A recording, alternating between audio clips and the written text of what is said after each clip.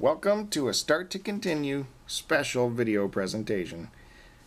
This is part 2 of the record collection, moving through the Bs into what I have for the Beatles. There's just too many releases and reissues of the Beatles to just burn through what I have so quick, so we're going to slow down and detail only a few at a time. It starts with a group of releases specific to just Canada, and I made an effort to collect all 3. Capitol Records in Canada jumped into Beatlemania before the United States knew what was happening. It's thought Beatle music came to Canada first due to her close ties with the United Kingdom, whereas the US needed an Ed Sullivan television appearance. Capitol Records in Canada issued the 6000 series of LP records, which features acts from North America and Europe curated specifically to Canadian tastes.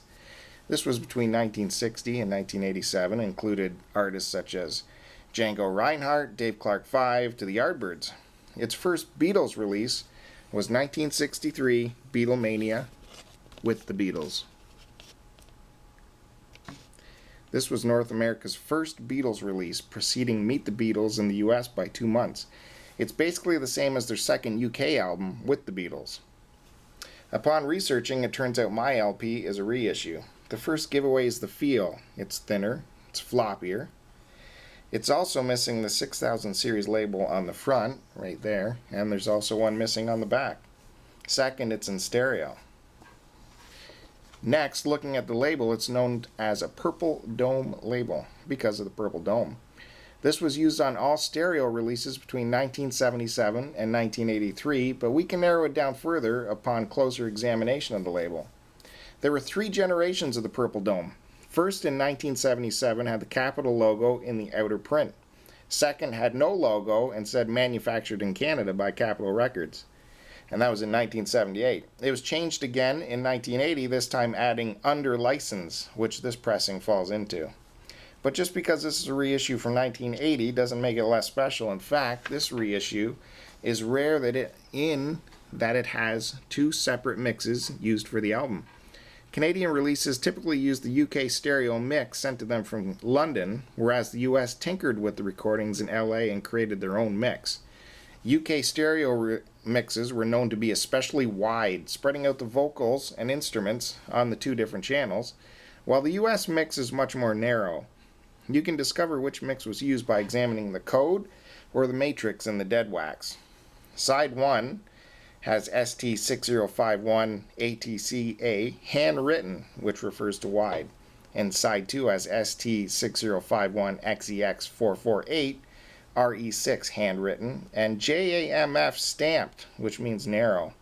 This hybrid is a rare Canadian characteristic, but the more sought out and rare release is when it's wide on both sides, with XEX not found on either side.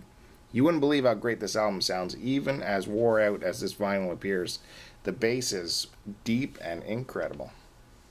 Next in the Canada-only Beatles release is Twist and Shout, released February 3rd, 1964. This was released 6 days before Ed Sullivan had the Beatles on his iconic TV show and brought Beatlemania to the world. Ed Sullivan knew there was something to the Beatles when he was on vacation in the UK and saw all kinds of kids going crazy waiting for the Beatles at an airport. He knew at the time he had to book them on a show and open the floodgates for the British invasion. Twist and Shout originally came with a photo insert, not present, and while I'll call this an original pressing, it's not one of the earliest copies that can be found in the wild. Early copies had no dash before the catalog number on the top, and it was also missing the PARS logo for the lithograph. You may also be wondering what the dot at the top of the C means. This was Capitol's way of sorting between mono and stereo. A full dot meant mono, and 2 halves meant it was stereo. In taking a closer look at the label, we can verify the age of the record by again looking at which label Capitol Records used. Here we have the rainbow label, which falls into two categories. It's either with brackets or without brackets. If you look in the perimeter printing around the word Canada, not in brackets means this was released prior to 66. If Canada is in brackets, then it's after 66. We can also look at the deep groove left here by the pressing plant. At the time, Capitol Records used 2 Canadian pressing plants. One was RCA in Smith Falls, which they used up until 1968, and another factory called Compo in Cornwall. And each of these factories left their own fingerprints on the labels by means of these grooves. The wide groove means it's RCA, and if it had a narrow groove close to the spindle, that would be Compo.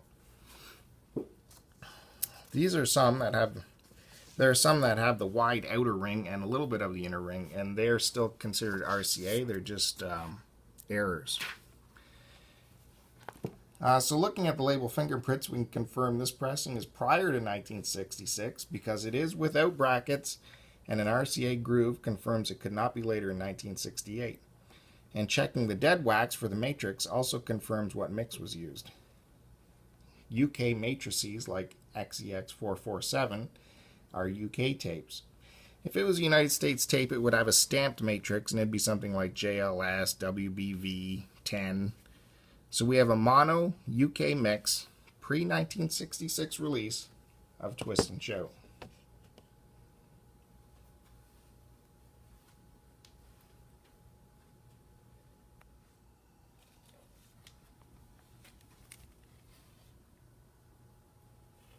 Next up in the Canada-only Capitol Records Thick 6000 series for the Beatles is Long Tall Sally.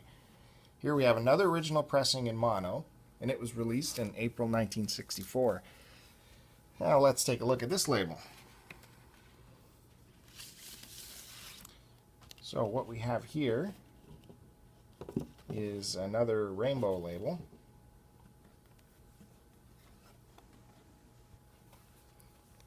And again, the perimeter printing has Canada without brackets. So that confirms it's pre-1966. And the deep groove through the Capitol logo means it was pressed at the RCA pressing plant. And one final thing, if you can see, the label is glossy, which is a Canadian characteristic. United States labels were more matte finish. And then if you look at the matrix, we can confirm that it's a UK mix. We see the XEX handwritten, which definitely means it's from the UK. Whereas if it was stamped, it'd be a US mix. Long Tall Sally was the last of these 3 for me to pick up. Finding it finally last year at a yard sale. When I asked the owner how much he wanted, he said only $5, so I thought that was a steal. I'd like to say I offered him more money, but, you know, times are tight. Value on these records really value from region. Some record stores will have them at $100 each, and some record stores will have them for $20 each. For instance, at the famous Brian's Records option in Kingston, he has a stack of Long Tall Sallys, and each one is no more than $20. That's it for now. A big thank you goes out to www.capital6000.com for their boundless knowledge of the 6000 series records, and the forums at www.stevehoffman.tv, where audiophiles with limitless sonic knowledge share every minute, every minute detail of music history with the world. Thanks, guys. Catch you next time.